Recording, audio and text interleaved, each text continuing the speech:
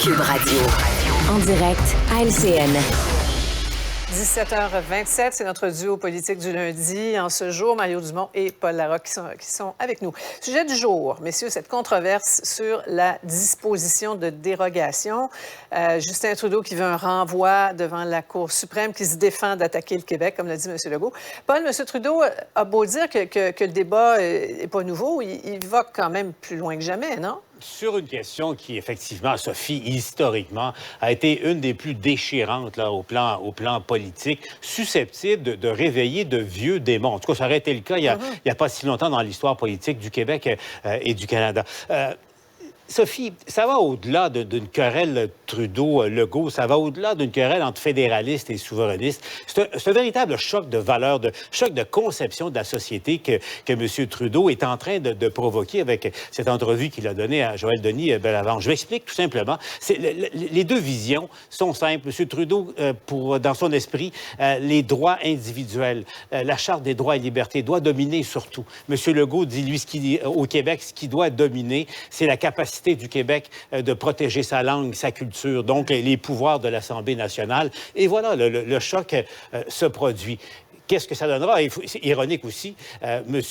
Trudeau utilise la même tactique qu'il reproche à M. Legault, veut y aller de manière préventive avec un renvoi. Il va le demander à la Cour suprême, une question, demander un avis juridique à la Cour suprême qui risque d'avoir d'énormes conséquences directes. Justement, il reproche à M. Legault d'y aller et d'invoquer la clause dérogatoire dans ses projets de loi 2196 avant que les tribunaux puissent se pencher dessus. Ouais. Et sur le fond, Mario, ce que dit aussi le discours de Justin Trudeau, c'est les provinces abusent. Alors, première question, est-ce que les provinces abusent effectivement? Parce qu'on a vu ce que Doug Ford a fait il n'y a pas très longtemps. Et pourquoi cette déclaration-là de M. Trudeau maintenant? D'abord, politiquement, je pense que c'est une déclaration pour M. Trudeau. Lui est convaincu que dans sa clientèle, dans son monde, c'est payant. Ça met...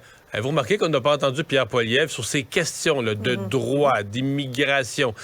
Pierre Poilievre a assez peur de se faire dépeindre comme le bonhomme 7 heures, là, qu'il reste caché dans son coin. Donc, Justin Trudeau sait qu'il tient sur cette question-là. Mais moi, ce que j'aime pas, M. Trudeau ne présente pas d'une façon correcte ce dossier-là. À la base, là, il dit toujours, les provinces, est-ce qu'elles abusent par rapport aux libertés fondamentales? Par rapport aux libertés fondamentales, c'est le mot qui emploie, les libertés fondamentales. Or, oui, il existe des libertés fondamentales, mais le dossier de la clause dérogatoire, c'est une recherche d'équilibre entre les libertés individuelles et les droits collectifs. Là, depuis des décennies, on cherche, et pas juste ça, aussi, en même temps, une recherche d'équilibre, Paul l'a bien mentionné, entre le pouvoir des juges et le pouvoir du Parlement. Donc, c'est toujours ça, l'équilibre. Et donc, au fil des années, les parlements, l'Assemblée nationale, les parlements provinciaux ont eu ce pouvoir de dire non, c'est pas juste les droits individuels qui comptent, puis le gouvernement des juges qui décide tout en fonction des chartes. Déjà qu'il y en a beaucoup là, avec la Charte des droits et libertés du gouvernement des juges. Mais on dit malgré tout, en certaines circonstances, il peut y avoir une balance où le Parlement, les élus du peuple, vont affirmer un droit collectif, par exemple le droit des Québécois de défendre leur langue. Alors, M. Trudeau vient jouer là-dedans, mais sans le nommer, en disant c'est les libertés fondamentales, on brime les libertés fondamentales. Mais tu sais, M. Trudeau, en au moins une matière, la santé publique, pendant la pandémie, il a été prêt à contourner les libertés fondamentales au nom de quelque chose de plus grand, la santé publique. Pour certains, la défense du français, c'est aussi quelque chose de plus grand. Et pensons au siège d'Ottawa, pas plus tard qu'à l'année dernière, ce qu'a invoqué le gouvernement fédéral.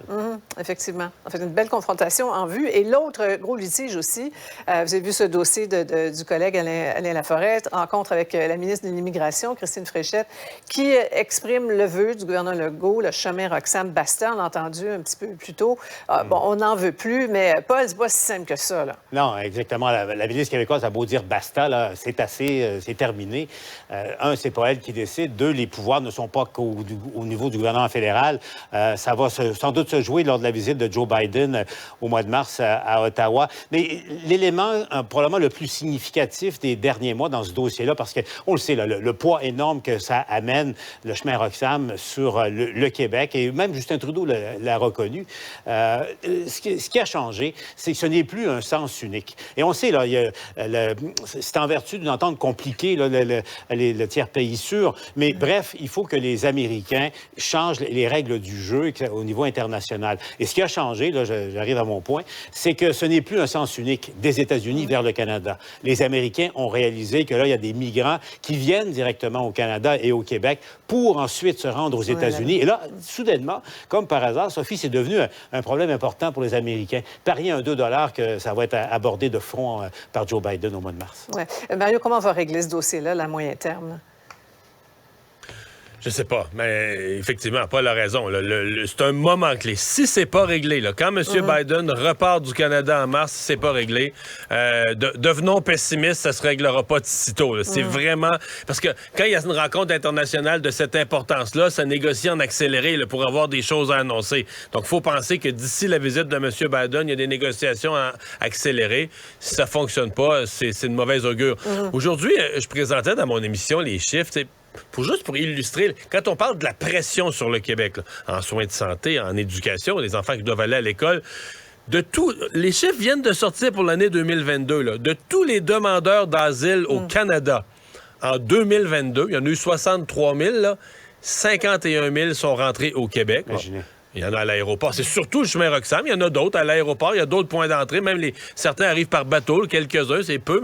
Mais sur le total, donc 80 %. Le chiffre précis, là, 80 % de tous les demandeurs d'asile au Canada sont entrés sur le territoire québécois. Ça veut dire que le premier gouvernement qui doit leur offrir là, des services, répondre aux besoins de première nécessité, trouver une place pour les enfants à l'école, les soigner s'ils sont malades, c'est le Québec. Imaginez après.